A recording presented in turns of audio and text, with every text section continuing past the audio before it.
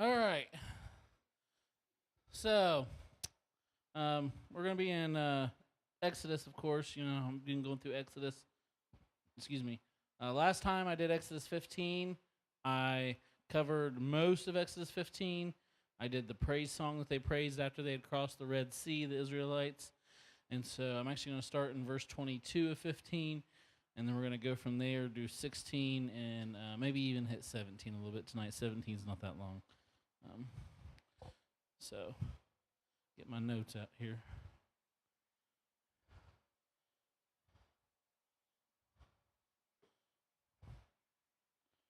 I want that page.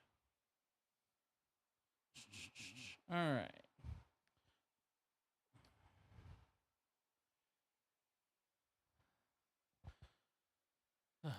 Yeah, I can tell it's been a minute since I've been up here. All right, I'm shutting this off.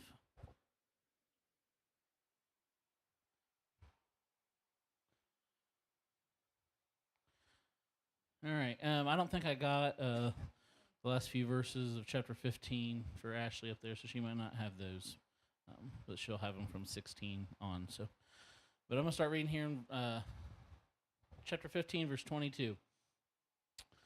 So Moses brought Israel from the Red Sea, and they went out into the wilderness of Shur. And they went out 3 days into the wilderness and found no water.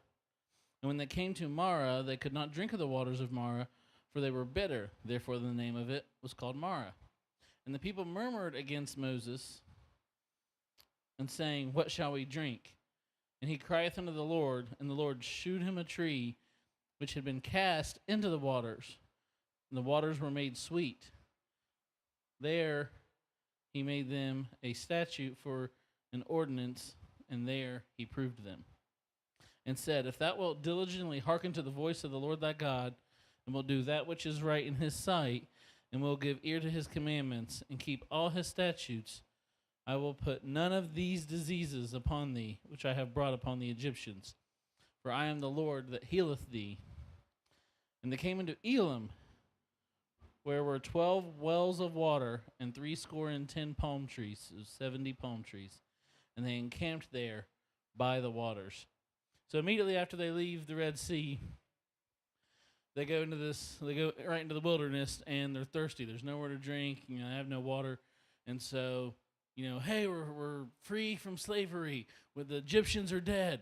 We should be happy. And the first thing they do, we have nothing to drink. And they look at Moses. What's your fault? Why'd you bring us out here for?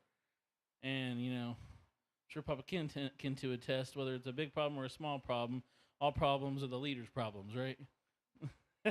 And that's how Moses, and you're going to learn that from not just here, but the remaining stories today. That's how Moses always felt. So then Moses turns to God and says, hey, what should I do? Well, these waters were too bitter to drink.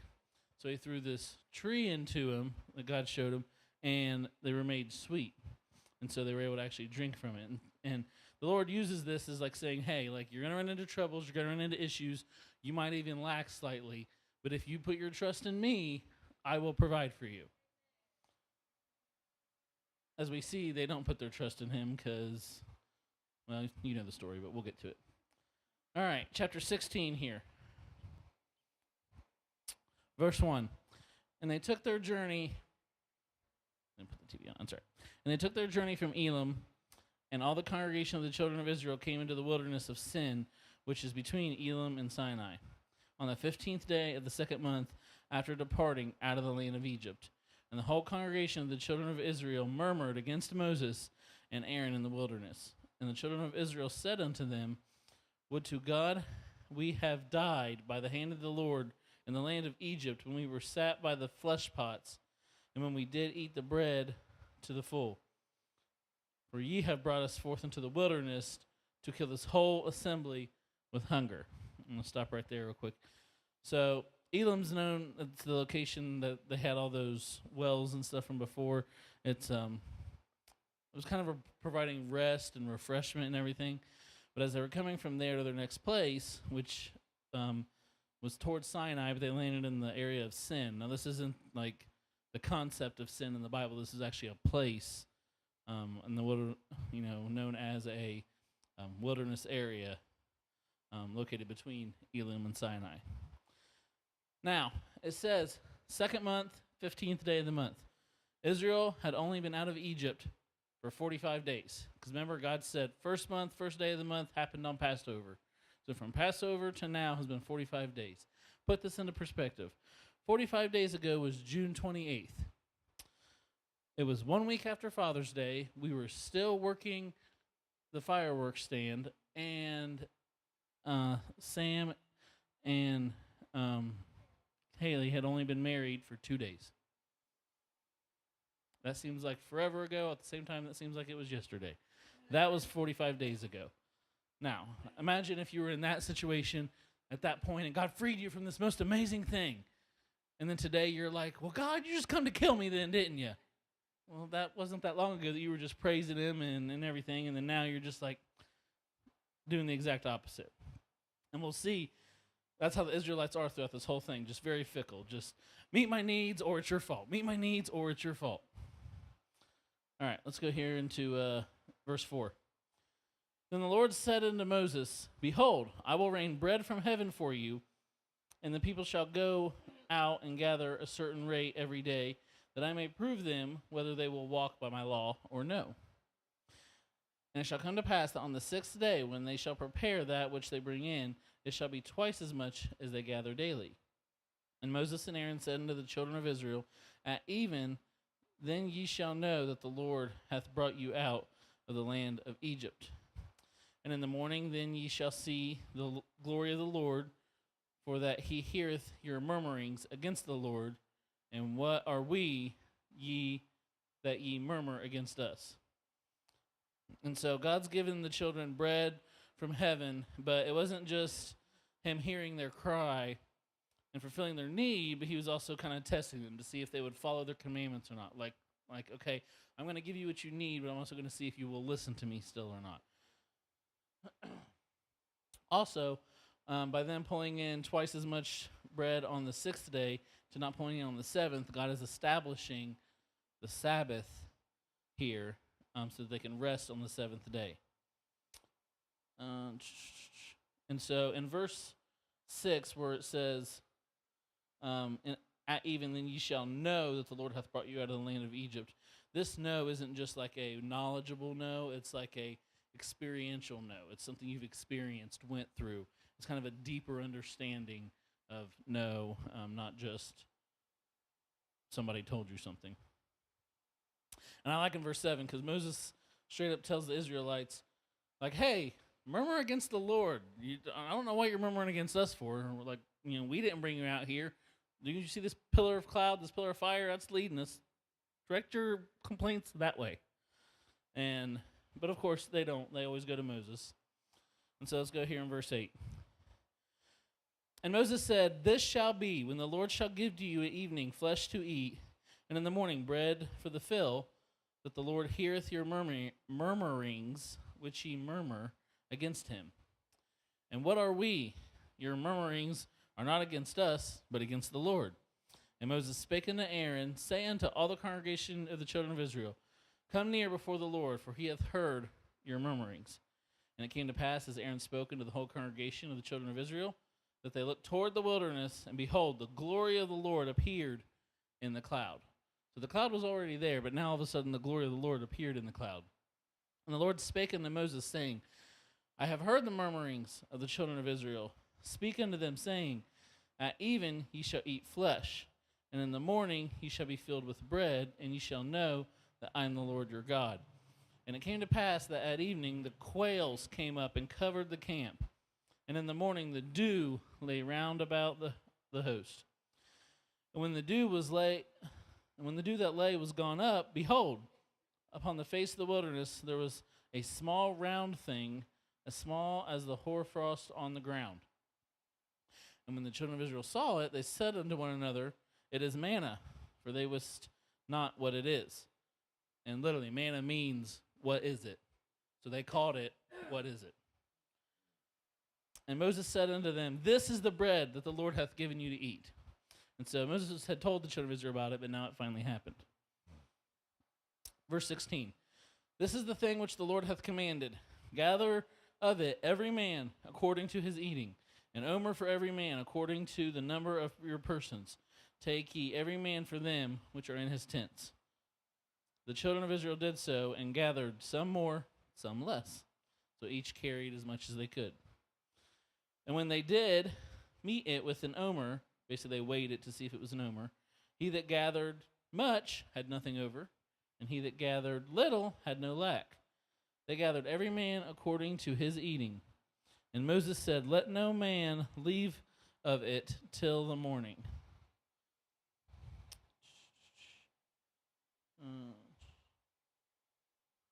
So the Israelites, one of the reasons God has them do this is God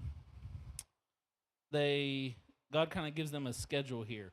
They had been slaves. They had been told what to do for generations and generations and generations.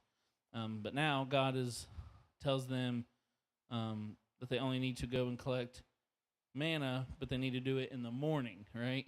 And so we'll find out a little bit later, by noontime, by the time the sun kind of really gets hot, the rest of the manna that's left on the ground melts away.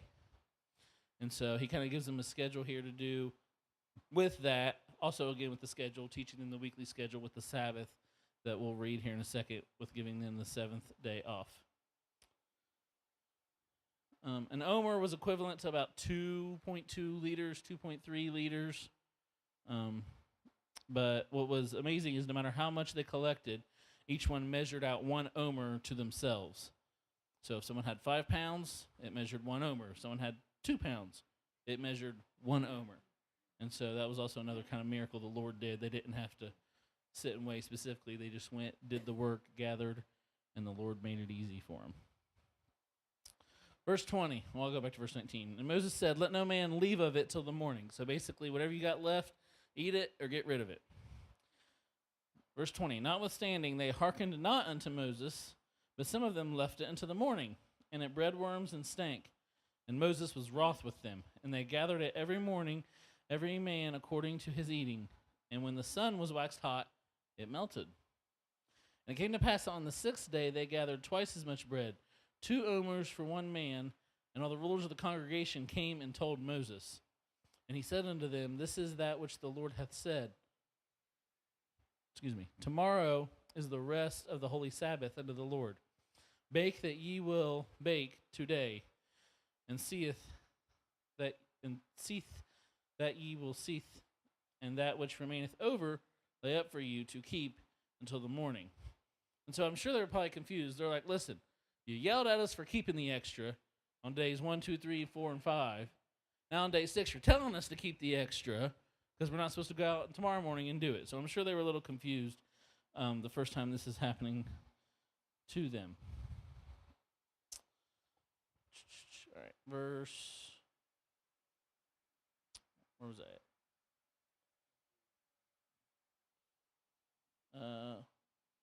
Where was it? 23. I read that one. Let's go to 24. And they laid it up until morning, as Moses had bade, and it did not stink, neither was there any worms within. And Moses said, eat that today, for today is a Sabbath unto the Lord. Today ye shall not find it in the field. 6 days ye shall gather it, but on the 7th day, which is the Sabbath, in it there shall be none. And it came to pass that there went out some people on the 7th day to gather, and they found none. Who could have predicted that one? People didn't listen, still went out on the 7th day. And the Lord said unto Moses, how long refuse ye to keep my commandments and my laws? See, for that the Lord hath given you the Sabbath. Therefore he giveth you on the 6th day of the bread of 2 days. Abide ye every man in his place. Let no man go out of his place on the 7th day. So the people rested on the Sabbath. He literally told Moses, listen, the people ain't listening, so I'm going to make sure they listen. They're not allowed to leave their tents. Period. Stay where you're at. That's it. But for somebody like me, that sounds amazing. I could sit at home all day, enjoy myself. That sounds like an amazing day. But like I know other people that like to sit at home for more than 5 minutes, drives them absolutely insane. So I guess kudos to those people. But verse 31.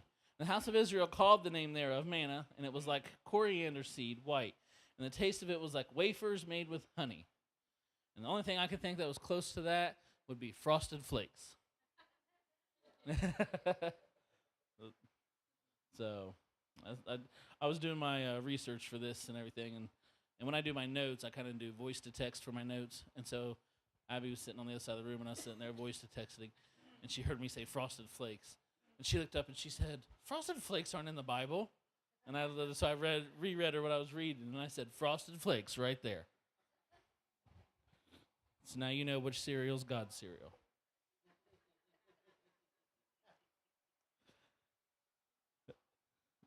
Verse 32. And Moses said, This is the thing which the Lord commandeth.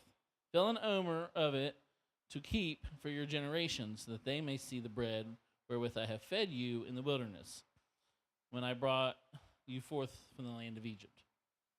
And Moses said unto Aaron, Take a pot and put an omer full of manna therein, and lay it up before the Lord, to be kept for your generations. As the Lord commanded Moses, so Aaron laid it up before the testimony to be kept. And the children of Israel did eat manna 40 years, until they came into the land inhabited. They did eat manna until they came into the borders of the land of Canaan. Now an omer is a 10th part of an ephah. So an ephah's about 22 gallons. So Moses commanded the children to keep an omer to show future generations. Some of this an omer of manna was put into the Ark of the Covenant, and this must have been an extra omer that wasn't collected for the daily use to eat, and God somehow preserved it where it didn't spoil at all, that they kept it for generations and generations to show. Kind of like they would build an altar to show, but they along with the stone tablets, which we'll read about later, also omer of manna was later on put into the Ark of the Covenant. Okay, let's go ahead and hit chapter 17 here. This one's pretty quick, but it goes with 16. So, 17 verse 1. And all the congregation of the children of Israel journeyed from the wilderness of sin after their journeys. Journeyed from the wilderness of sin after their journeys, according to the commandment of the Lord, and pitched in Rephidim, and there was no water for the people to drink. Wherefore the people did chide with Moses, and said, Give us water that we may drink. And Moses said unto them, Why chide ye with me? Wherefore do ye tempt the Lord? And the people thirsted for water, and the people murmured against Moses, and said, Wherefore is this that thou hast brought us out of Egypt to kill us and our children and our cattle with thirst? This is the exact same thing they had just said with hunger. Be like, you brought us all the way out of Egypt, out into the desert, just to kill us with hunger. Now that's why you brought us all the way out of Egypt, out into the desert, just to kill us with food. And something I forgot to mention when they talked about being hungry, too, is they said, well, it was better if we would have stayed in Egypt. At least we had, they called them flesh pots, which basically just pots of meat. Pots of meat. But they tend to have and we do this too, have a positive view on past situations. You always remember the good. You don't always remember the bad. That's why, you get nostalgic about things, but you don't really always remember, the stuff you went through to get, where you were and all that. But you were always kind of the good memories stick out more than the bad. So they weren't thinking about all the beatings and the torturing and the slave labor, but they had pots of meat. Yeah, that was really worth it, right? No. So, where are we at? Verse 4, chapter 17. And Moses cried unto the Lord, saying, What shall I do unto this people? They be almost ready to stone me. So they were in a real uproar. They were ready to kill Moses and say, Forget this. This guy does not know what he's talking about. And the Lord said unto Moses, Go on before the people, and take with thee of the elders of Israel, and thy rod, wherewith thou smotest the river. Take in thy hand, and go. Behold, I will stand before thee upon the rock of Horeb, and thou shalt smite the rock, and there shall come water out of it, and that the people may drink. And Moses did so in the sight of the elders of Israel. And he called the name of that place Massa and Meribah, because of the chiding of the children of Israel, and because they tempted the Lord, saying, "Is the Lord among us or not?" So when it's talk about tempting the Lord, and it's said here a couple times, tempting the Lord in this situation is, because when I think of being tempted, you think of like a temptation, like something's trying to get you to sin. Your flesh is tempting you to do something you're not supposed to do. But the word tempt here for tempting the Lord is more of he has already shown that he's with you, but you still want more proof. You know what I mean? And that's where, actually, if you go all the way up to when Jesus fasted in the wilderness himself, one of the things he told Satan, when Satan said, cast yourself off this building, Jesus said, "Thou shalt not tempt the Lord thy God." Because he says, "If you are the Son of Man." Well, he didn't have to prove he was the Son of Man or the Son of God. He was already. And so that's why he said, "Thou shalt not tempt the Lord thy God." And so that's what they're talking about here with, they called the name of this place because because they tempted the Lord, saying, "Is the Lord among us?" Well, I don't know. Can you look back at the manna? Can you look back at the bitter waters that he made sweet? Can you look back at the Red Sea? Can you look back at the 10 plagues? You tell me. Like, part of me says that would be enough evidence for me, but then in our own lives, I feel like we also all have enough evidence, and then every day we wake up some days and go, "Lord, are you with me? What's going on today?" So, all right, verse 8. There's only 16 verses in this, so we're going to get through it quick. Then came Amalek and fought with Israel in Rephidim. And Moses said unto Joshua, "Choose us out men, and go out and fight with Amalek tomorrow, and I will stand on top of a hill with a rod in my hand." So Joshua did as Moses said unto him, and fought with Amalek. And Moses and Aaron and Hur went up on top of the hill. And it came to pass when Moses held up his hand, and Israel prevailed, and when he let down his hand, Amalek prevailed. But Moses' hands were heavy, and they took a stone and put it under him, and he sat thereon. And Aaron and Hur stayed up his hands, one on the one side, one on the other side, and his hands were steady until the going down of the sun. And Joshua discomfited Amalek and his people with the edge of the sword. And the Lord said unto Moses, "Write this for a memorial in a book, and rehearse it in the ears of Joshua, for I will utterly put out the remembrance of Amalek from under heaven." And Moses built an altar there, and called the name of it Jehovah Nissa, for he said, "Because the Lord hath sworn that the Lord will have war with Amalek from generation to generation." Now, and so the Amaleks were descendants of Esau, and they can be traced back to Esau's lineage. And this is also the first time that Joshua is mentioned. Of course, he has a whole book later on, but here in Exodus 17 is the first time his name is mentioned, as he will go on to replace Moses as the leader of the Israelites. Of course, Moses had Hur on one side, Aaron on the other, helping hold his hands up. And that word discomfited, that threw me off. That basically just means weakening or defeated. Joshua defeated the army. So,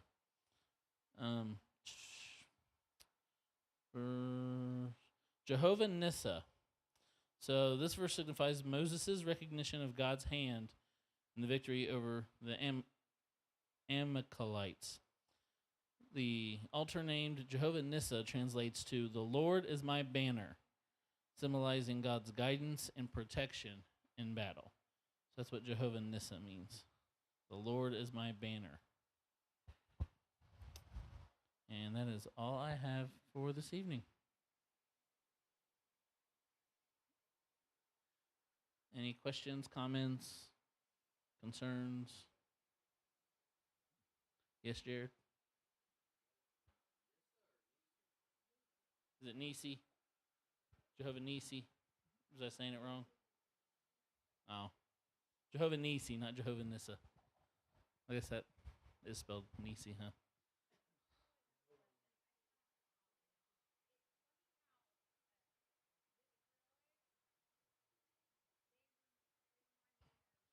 Here, we're still streaming, so people on the stream can hear you. It's funny how Israelites remind me of wayward children, and God is our Father. And it's like He's looking down at these kids. You keep giving them, what they need, and they're just ungrateful. And it reminds me of kids today because I mean, you give them and give them and give them what they need, and they're like, "Well, that's not enough." But you weren't here yesterday, or you didn't do this, and I think it just shows that we should just appreciate what we have and be thankful that God gave it to us. Yeah, definitely. One thing I did think of when doing that is how they had to rely on God daily. They said that they ate manna for 40 years. Well, after a certain amount of time, you do come to expect it, but also there's those days where like, are we gonna still have it tomorrow? Is it gonna happen again? And um, something like in our society, we get paid monthly or weekly or biweekly, but if you got your paycheck every day, um, there would have to be more of that reliance on God than we have, I think. And I think we sometimes have more reliance on ourselves than we do God. Well, I went to work, I earned my paycheck, I pay my bills, instead of, hey, I was able to buy food today. I was able to, go to work today. We look at it as, oh, I have to go to work today. Like, and trust me, I get it. Especially in the morning. I am not a morning person. Abby has to basically kick me out of bed to get me to go to work. So, any other comments? Nope. Good, Jared.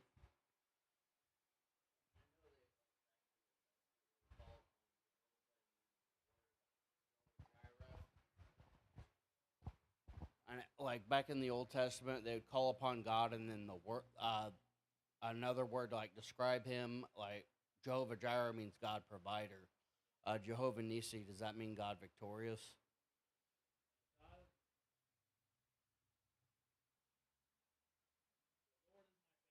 Lord is my banner. Okay, thank you.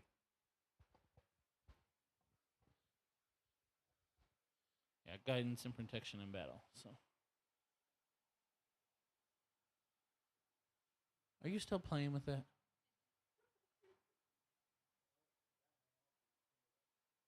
Yeah, because the frequencies, because they're hooked up to the same HDMI cable, so when you turn one off, they both turn off. Anybody else? All right, I'll go ahead and pray us out here. Dear Heavenly Father, I just thank you for this day. And just thank you for using me, Lord God, to bring your word today. And ask you to continue to be with each one of us as we go out from here. Help us just to shine a little more like you each and every day. To spend time with you, Lord. To really have a relationship with you, not to just hear about you, not to just learn about you, Lord, but to really talk to you intimately, get to know you, Lord. And if we're not having that time, Lord, help us to find the time to do so. I just thank you and praise you for all you've done in each one of our lives. I continue to do for us and through us. In Jesus' name, amen.